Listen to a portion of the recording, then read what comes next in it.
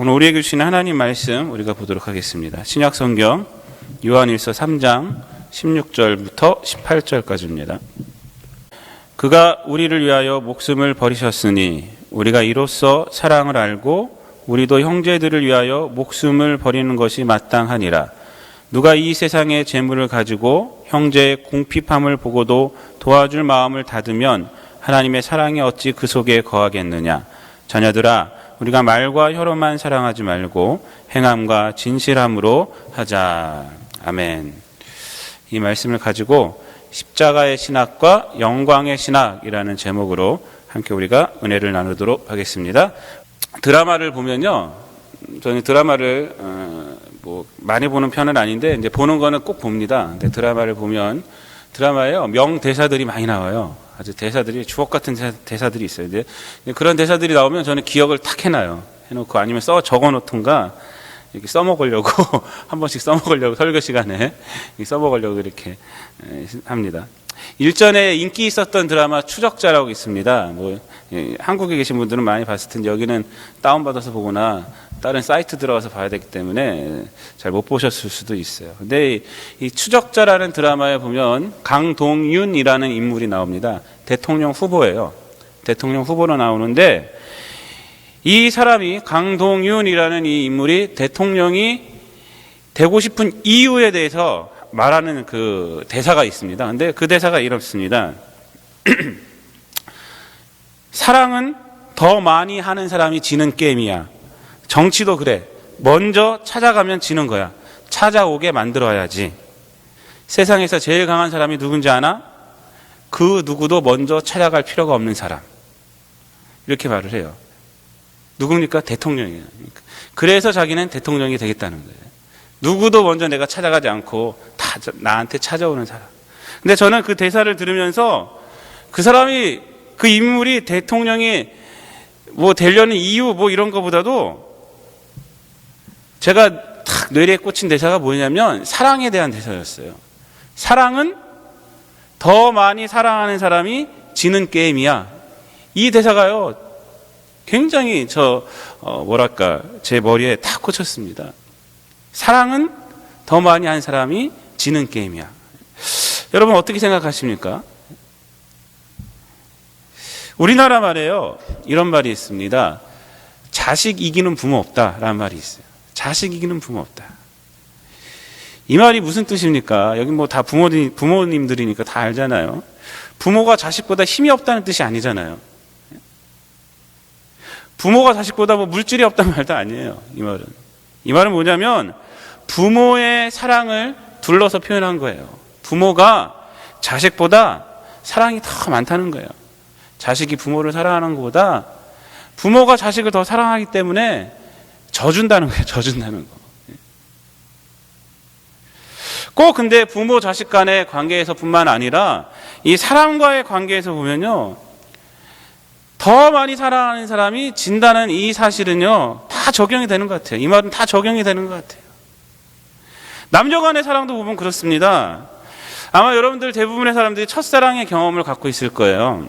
그 사랑이 짝사랑으로 끝났든지 아니면은 결실을 맺었든지 간에 첫사랑이란 그것은요 우리에게 순수함으로 있어요. 근데 첫사랑 할 때 어때요? 사랑을 받는 사람보다요 사랑하는 사람이 반드시 약자가 돼요. 그 사람 앞에 가면은 첫사랑 할 때 내가 사랑하는 여자한테 갔을 때 그 앞에 가면요 왜 이렇게 떨리고 수줍고 그런지 몰라요. 내가 더 사랑하기 때문에 그래요. 그 앞에 가면 우리 고등부 때 제가 이제 동대문에 있는 중앙성결교회라는 큰 교회를 다녔어요. 큰 교회 다녔는데 그때 이제 고등부만 한 200명 됐습니다. 근데 우리 이제 선배가 고등부 때 제 이제 고등학교 1학년 때 고등학교 2학년 선배가 어떤 여자를 첫눈에 반한 거예요. 쫓아갔어요. 쫓아가고 말을 해야 되는데 결국은 덜덜 떨면서 말을 못하고 그냥 왔어요. 나중에 우리들 만나갖고 그 얘기를 해주는 거예요. 내가 오늘 정말로 그 여자를 만났는데 내가 덜덜 떨면서 말도 못하고 그냥 와버렸다. 다음은 내가 꼭 말을 하리라. 누구나 다 그래요. 그 앞에 가면 약자가 돼요. 약자가 돼요. 사랑하는 마음이 생기면 그렇습니다. 부부간에도 마찬가지라 생각을 합니다. 더 많이 사랑하는 쪽이 더 지는 거예요. 내가 봤을 때. 예? 이유는 간단해요. 뭐 다른 이유가 없어요. 그냥 사랑하기 때문에 그런 거예요. 예? 더 많이 사랑하기 때문에. 미안하다 그러는 거고. 예? 부부싸움 하실 때 이기는 사람은요, 반성해야 돼요. 그러니까. 예? 반성해야 돼요. 성경책에 보면요, 열왕기상 3장 16절부터 28절에 보면요, 솔로몬의 유명한 재판 이야기가 나옵니다. 굉장히 유명한 재판. 여러분들 뭐 다 아시잖아요. 그 창기 두 여자가 있었는데 한 여자가 자다가 자기 아기가 죽었어요, 한 명은. 근데 한 아기는 살아있는 거예요. 근데 서로 자기 아기라 그러는 거예요. 그래서 솔로몬에게 찾아옵니다. 누구 아기냐 이게. 재판 좀 해주십시오. 근데 솔로몬이 뭐라고 합니까? 칼 갖고 와라 그래요. 얘기를 반으로 잘라서 나눠주라. 그러니까 그때 정말 엄마인 사람이 뭐라 합니까? 자기가 포기해요. 포기하고 이 아이 죽이지 마세요. 저 사람 주세요. 라고 말해요. 그러자 솔로몬이 포기한 그 여자에게 아기를 줘요. 이 여자가 이 아기의 진짜 엄마다라고 재판을 냅니다. 이 재판을 가지고 많은 사람들이 야, 솔로몬의 지혜가 굉장히 뛰어나구나라고 생각을 하죠. 근데 여기서 보면요, 그 진짜 그 어미의 마음을 이렇게 표현합니다. 열왕기상 3장 26절에 보면 이렇게 말합니다. 그 아들을 위하여 마음이 불붙는 것 같아서라고. 칼로 잘라라 그러니까 그 아들을 향하여 마음이 불붙는 것 같아서. 그 다음에 뭐라 하면 내 주여 산 아이를 그에게 주시고 아무쪼록 죽이지 마세요 라고 부탁을 해요. 진짜 어미의 심정이잖아요. 그녀는요, 아들을 사랑하기 때문에 아들을 살리기 위해서 뭘 포기합니까? 자기의 부모됨을 포기하는 거예요. 그 부모의 됨을 포기하는 거예요.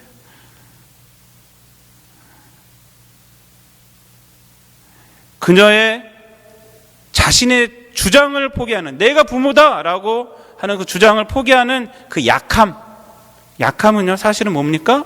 아들을 사랑하는 그 진실을 나타나는 거예요. 솔로몬은요, 그것을 본 거예요, 그것을. 그래서 솔로몬의 지혜가 있다라고 말하는 거예요.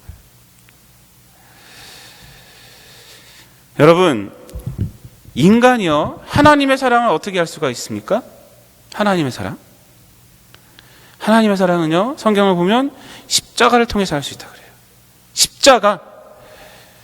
여러분, 신이 존재한다. 신 인식은요, 우리가 어떻게 할 수 있냐면 자연을 통해서도 할 수가 있고 역사를 통해서도 할 수가 있고 인간의 한계를 통해서도 우리가 신 인식은 할 수가 있어요. 하나님 인식도 그렇게 할 수가 있어요. 그러나 하나님의 구원과 하나님의 은혜와 하나님의 사랑은요, 그런 걸로 인식을 할 수가 없어요. 오직 십자가를 통해서만 우리가 알 수가 있습니다. 여러분, 십자가가 무엇입니까? 십자가는 하나님의 무기력함이에요. 어떻게 보면 십자가는요, 하나님의 아픔입니다. 아픔. 하나님의 포기예요. 포기. 자기 아들을 포기하는 거예요. 포기하는 거. 근데 그 이유가 뭡니까? 그것은 바로 저와 여러분을 사랑하기 때문이라는 거예요. 사람들은 말합니다. 그런 하나님을 이렇게 말을 해요. 어떤 사람들은 고린도전서 1장 22절부터 23절의 말씀처럼 그건 미련한 것이다 라고 말해요. 미련한 거다. 십자가는 미련한 거다. 하나님은 그러면 안 된다는 거예요. 그 말씀을 제가 읽어드리면 십자가는 유대인에게는 표적을 찾고 헬라인은 지혜를 찾았나. 십자가에 못 박힌 그리스도는 뭐예요? 그들에게 거리끼는 것이 됐고 그들에게 미련한 것이라는 거예요. 하나님이 그럴 수 없다는 거죠. 예? 하나님은 인간보다 강한 자여야 되는데 능력자여야 하는데 인간에게 잡혀 죽는 하나님? 있을 수 없다. 그러므로 십자가가 인간을 구원한다는 것은 그건 말도 안 된다라고 말하는 거예요. 그런데 바울 사도는 뭐라고 말합니까? 이렇게 말합니다.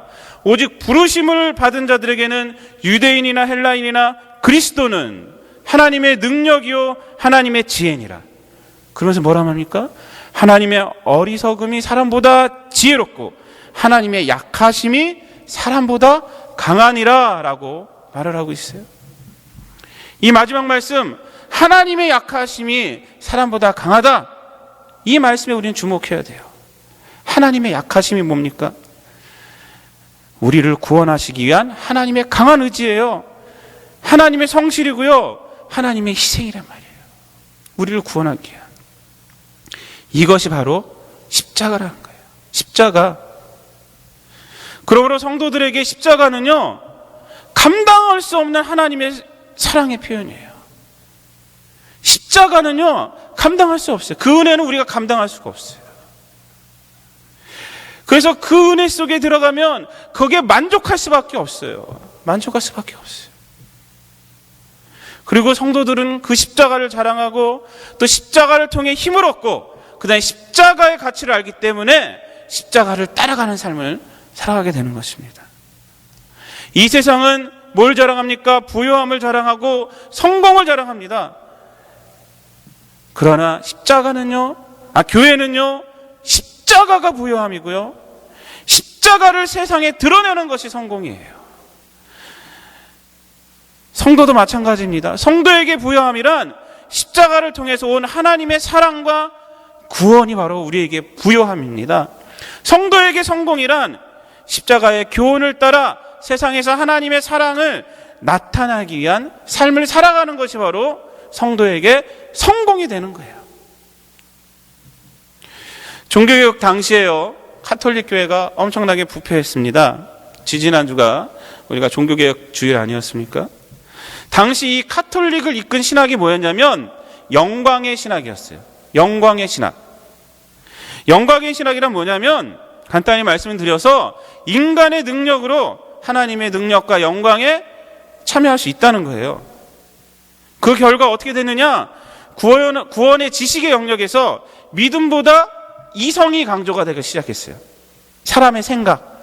그리고 구원의 방법에 있어서도 믿음보다 뭐가 강조가 됐느냐? 인간의 행동이 더 강조가 되기 시작했습니다. 결과적으로 어떻게 됐냐? 십자가가 축소됐어요. 하나님의 행동인 십자가는 축소됐어요. 그리고 이런 생각들은 뭘로 반영이 됐느냐?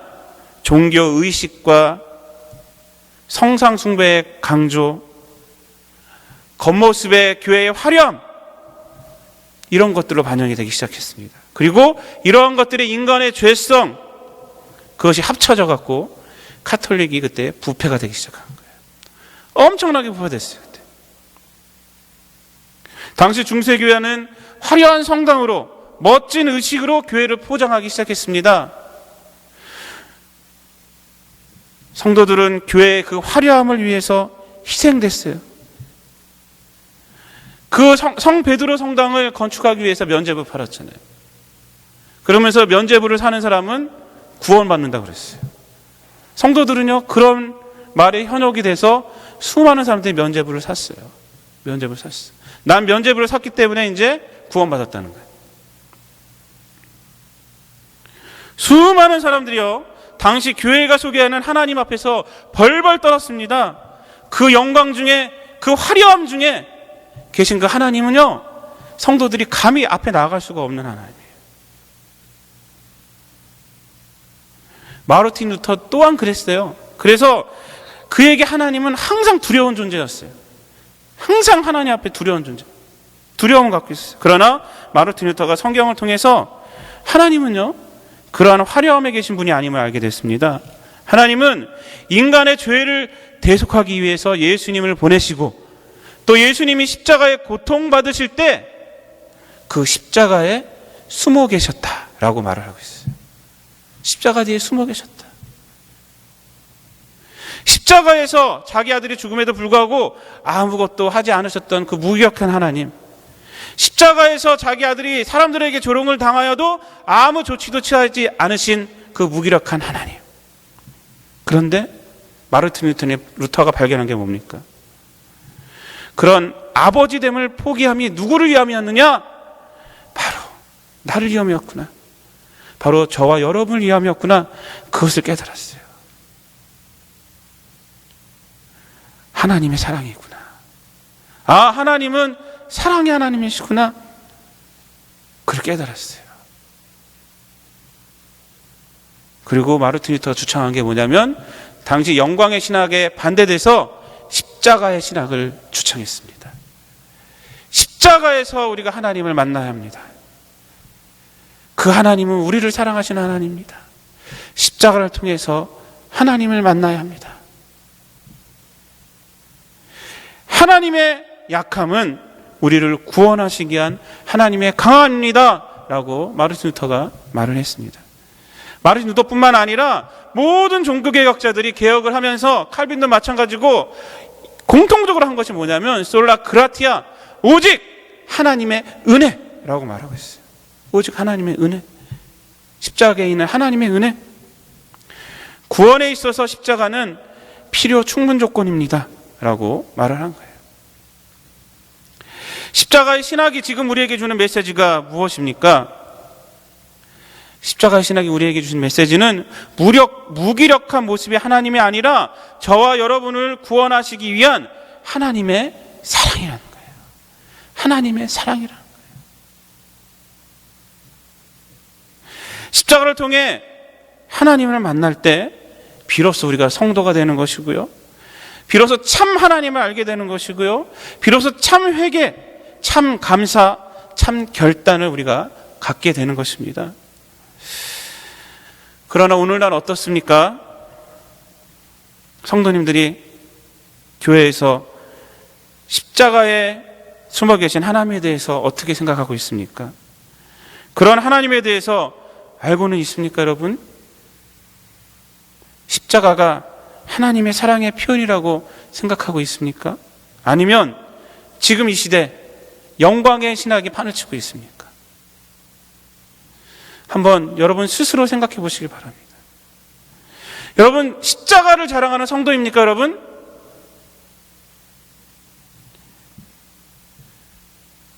십자가의 하나님으로 만족하고 있습니까? 십자가를 통해서 구원받았음에 감격하고 있습니까? 아니면 하나님 인식은 십자가가 아니라 기도 제목이 응답되었을 때, 내 삶이 잘 되었을 때 그때만 하나님을 인식하고 있습니까? 언젠가 한 개그 음원이 제가 몇 번 말씀드렸는데 시상식에서 수상을 하면서 제가 자랑할 것은 십자가의 보혈 뿐입니다 라는 고백을 했어요. 많은 사람들 앞에서. 그때 많은 기독교인들이 도전을 받았어요. 하나님께 영광 돌립니다. 이러한 고백들은 많이 했거든요. 근데 제가 자랑할 것은 십자가의 보혈 뿐입니다 라고 고백했어요. 구체적으로 그렇게. 그런데 생각해 보면요, 이 고백은요, 모든 크리스찬이 당연히 해야 할 고백입니다. 그런데 이런 고백들이 없어요. 나의 영광 중에서만 하나님을 인식하는 거예요. 내가 잘 될 때만 하나님을 인식하는 거예요. 현대 기독교는요, 중세 교회를 너무나도 많이 닮아가고 있어요. 하나님은 내 성공에만 계셔야 하는 분이에요. 하나님은 화려한 예배에만 계셔야 하는 분이에요. 예수님 십자가에 달리셨을 때 군중들이 뭐라 그랬냐면 십자가에서 내려와라, 그렇게 했던 것처럼 어떻게 보면 오늘날도 십자가를 거부하고 있습니다. 대신에 거기 계신 하나님 내려와 갖고 화려함 속에 계셔야 됩니다. 성공 속에 계셔야 됩니다. 내 욕심을 채워주시는데 계셔야 합니다 라고 말하고 있는 것 같아요. 이러한 생각은 정말 틀린 생각이에요. 반드시 고쳐져야 됩니다. 십자가로 우리는 만족합니다. 십자가로 만족합니다. 우리가 라고 고백을 해야 됩니다. 오늘 본문 말씀이 이렇게 말하고 있습니다. 16절 말씀, 그가 우리를 위하여 목숨을 버리셨으니 우리가 이로써 사랑을 알고 라고 말하고 있어요. 그가 우리를 위하여 목숨을 버리셨으니 우리가 이것으로부터 사랑을 안다는 거예요. 오늘 본문 요한일서 3장 1절에서는 또 이렇게 말합니다. 보라, 아버지께서 어떠한 사랑을 우리에게 베푸사 하나님의 자녀라 일컬음을 받게 하셨는가. 우리가 왜 하나님께 살면서 실망합니까? 그건 십자가의 하나님을 인정하지 않기 때문에 그래요. 제가 이런 소리를 많이 들어요. 성도들한테 하나님한테 삐졌어요. 예? 그 교회 안 나오겠어요. 교회 안 나와버려. 예? 왜 삐졌냐 물어보면 어떨 땐 잘 됐는데 어떨 땐 안 되는 거예요. 예? 자기가 안 된다는 거예요. 하나님은 성공 중에만 있어야 된다는 거예요. 성공 중에만. 그것이 그거잖아요. 십자가에서 내려와라 이거 아니에요. 내려와라. 우리가 왜 하나님께 실망하느냐? 십자가의 하나님을 인정하지 않기 때문에 그래요. 십자가의 하나님을.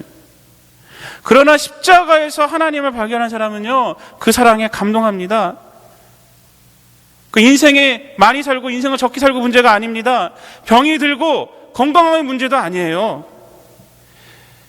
십자가에서 하나님을 발견한 사람은요, 십자가에서 살아갈 이유를 발견합니다. 살아갈 이유를 발견해요. 자기가 건강하면 건강한 대로 살아갈 이유를 발견하는 것이고, 병이 들면 병이 든 대로 살아갈 이유를 발견하게 되는 것이에요.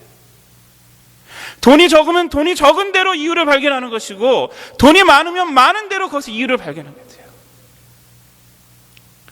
자기가 살아왔던 삶의 방향을 완전히 돌아섭니다. 거기서. 하나님의 사랑이요, 이제는 삶의 이유가 되는 것입니다. 그 하나님의 사랑 가운데서 살고 그 사랑을 나타내기 위해서 살아간다는 것이에요. 예수 그리스도의 십자가에서 우리는 하나님을 발견해야 돼요. 그 십자가에서만 참 하나님 우리가 만날 수 있기 때문에 그렇습니다. 다른 종교들은요, 그냥 신인식에서 끝나버립니다. 신인식에서 자연을 통해서 자기 인간의 한계를 통해서 또 역사를 통해서 뭔가 있는 것 같아, 신이 있는 것 같아, 그 인식에서 끝나버립니다. 그리고 어떻게 합니까? 인간의 욕망을 위해서 그 신과 거래를 합니다. 이거 우상이에요. 이게 우상의 본질이 그겁니다. 우리가요, 십자가에서 하나님을 만나지 못한다면, 참 하나님을 만나지 못한다면 그건 똑같은 거예요. 교회를 다닌다고 하지만 십자가에서 하나님을 인식하지 못한다면 우리 신인식에서 끝난 거예요. 그리고 하나님이란 이름뿐인 껍데기하고 우리가 교제를 나누는 거예요. 그리고 자기 욕심을 거기다 투영시키는 거예요. 제가 언젠가 말씀드렸지만 하나님이란 또 다른 우상을 섬기는 것 뿐이에요. 십자가에서 하나님을 만나지 못한다면 우리 우상 섬기는 거예요. 우상 섬기는 거.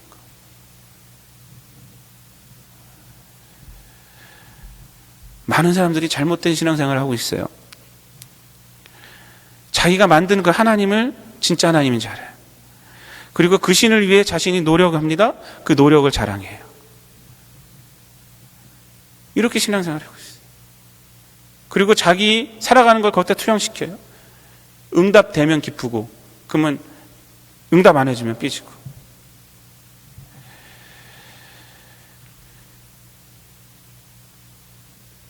기독교는요, 하나님을 위해서 무엇을 해야 구원을 받는 종교가 절대 아닙니다. 절대 아니에요. 우리가 뭘 했기 때문에 하나님이 너에게 구원을 주겠다, 이런 종교가 아니에요. 기독교는 하나님이 해주신 것을 받음으로 구원을 받는 종교예요.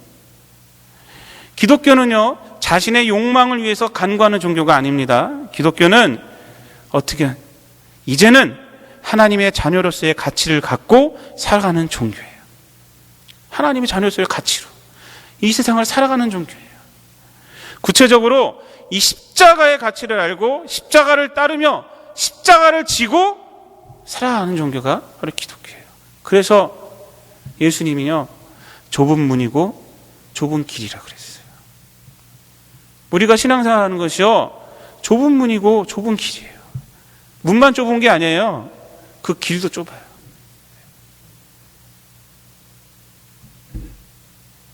하나님의 사랑을 깨달은 사람에게 하나님은요, 그 사랑으로 살기를 요구하십니다. 그래서 요구하세요. 즉 십자가에서 하나님을 만난 사람들에게 요구되어지는 삶의 변화가 있다는 것입니다. 그것은 세상의 영광을 구하는 삶에서 하나님의 사랑을 나타내는 삶으로 변하라라는 것입니다. 십자가라는 구체적인 희생과 행동 속에 하나님이 계셨듯이 성도들도 세상에서 그 사랑을 쫓아 행하면서 살아가라는 것입니다. 이것이 바로 십자가의 신학이 주는 행동의 변화예요. 행동의 변화.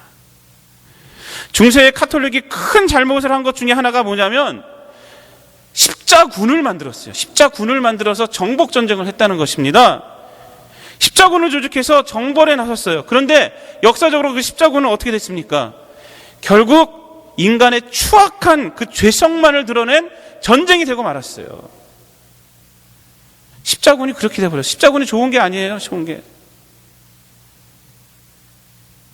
얼마나 십자군이 악랄하게 행동했는지 몰라요. 얼마나 십자군이라는 사람들이 약탈과 사람들에게 물질을 갖고 오고 그 사람들을 얼마나 희생시키고 했는지 몰라요. 역사적으로 이거는 나타난 사실입니다. 예수님은요, 십자가를 지시기 전 겟세마네 동산에서 기도하신 후에 군인이 왔습니다. 그때 베드로가 칼을 꺼내서 그 군인 중에 한 명 말고의 귀를 잘라버립니다. 그때 말고의 귀를 붙이면서 베드로에게 말을 하죠. 뭐라 말합니까? 내가 지금이라도 12군단 더 되는 천사를 보내시게 할 수 없는 줄 아느냐? 라고 말해요. 12군단 되는 천사 내가 가동시킬 수 있다. 그러나 그렇게 안 한다. 그리고 어떻게 하셨습니까? 예수님은요, 십자군이 아니라 십자가로 구원을 시키셨어요. 구원의 사역을 완성시켰어요. 즉 사랑과 용서와 희생이 진정한 힘이라는 것을 보여준 거예요. 지금도 마찬가지입니다. 구원받은 성도에게 신앙의 힘은 성공으로 나타난 것이 아닙니다. 신앙의 힘은 뭐냐면 십자가로 나타나는 거예요. 사랑과 용서, 희생, 이런 것들로 우리의 힘이 나타나야 하는 거예요. 오늘 본문은 그래서 이렇게 말합니다. 16절 말씀에서 우리도 형제들을 위하여 목숨을 버리는 것이 마땅하니라 라고 말하고 있어요. 십자가에서 하나님을 만날 때 우리가 은혜를 받고 그때에 비로소 이웃이여 사랑의 대상으로 보이게 되는 것이에요. 하나님의 사랑 아니면 이웃은 사랑의 대상이 아니에요. 경쟁자 또는 나를 빛내주기 위한. 그러나 하나님의 사랑을 알게 될 때, 십자가에 계신 그 하나님의 사랑, 그걸 알게 될 때 우리가 이웃을 내 몸과 같이 사랑할 수가 있어요. 이웃의 일이 남의 일이 아닌 거예요. 말과 혀로만 아니라 오늘 말씀처럼 행함과 진실함으로 그렇게 할 수가 있어요.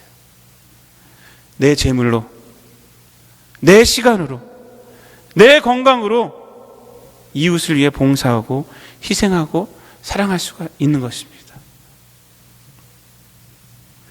영광의 신학 위에 기반한 신앙으로는요, 이렇게 할 수가 없습니다. 어느 정도 흉내는 낼 수가 있어요. 마치 중세시대의 면죄부를 통해서 구원을 받은 것처럼 자신을 위해서 어느 정도 선행을 할 수가 있어요. 면죄부를 사는 그 돈을 투자하잖아요. 결국 자기를 위한 거잖아요. 그런 거는 할 수가 있어요. 영광의 신학에서는. 그러나 이거는 진실함이 아니에요. 이 행동은 진실함이 결여된 행동입니다. 오늘 말씀 뭐라고 합니까? 행함과 진실함으로 하자는 거예요. 진실함이 뭡니까? 내 이웃을 정말 내 몸처럼 사랑한다. 그 내 이웃을 정말 사랑하는 그 진실함 사랑. 하나님이 십자가에서 그 고통을 바라보셨던, 우리를 구원하시기 위해서 참으셨던 그 진실한 사랑, 그 사랑으로 하자는 거예요. 결국 나를 위한 그러한 어떤 투자 형식이 아니라 정말 이웃을 위한 그 사랑을 하자는 거예요. 오직 십자가의 신학에 기반한 신앙만이 이런 삶의 변화를 이끌어올 수가 있는 것입니다. 결론적으로 말씀을 드리겠습니다. 사랑하는 성도 여러분, 십자가는요, 하나님의 사랑의 표현입니다. 저와 여러분을 사랑하신 사랑의 표현이에요. 십자가는 무기력함이 아니에요. 그래서 안 믿는 사람에게는 무기력함일 수 있지만 믿는 우리들에게는요, 십자가는 하나님의 강함이에요. 그래서 우리가 주체할 수 없는 하나님의 사랑이란 것입니다. 일그러진 세상의 영광이 아닌 십자가에서만 우리는 하나님을 만날 수가 있습니다. 세상의 영광에서는 하나님을 제대로 만날 수가 없어요. 그러나 십자가에서 우리는 하나님을 만날 수가 있어요.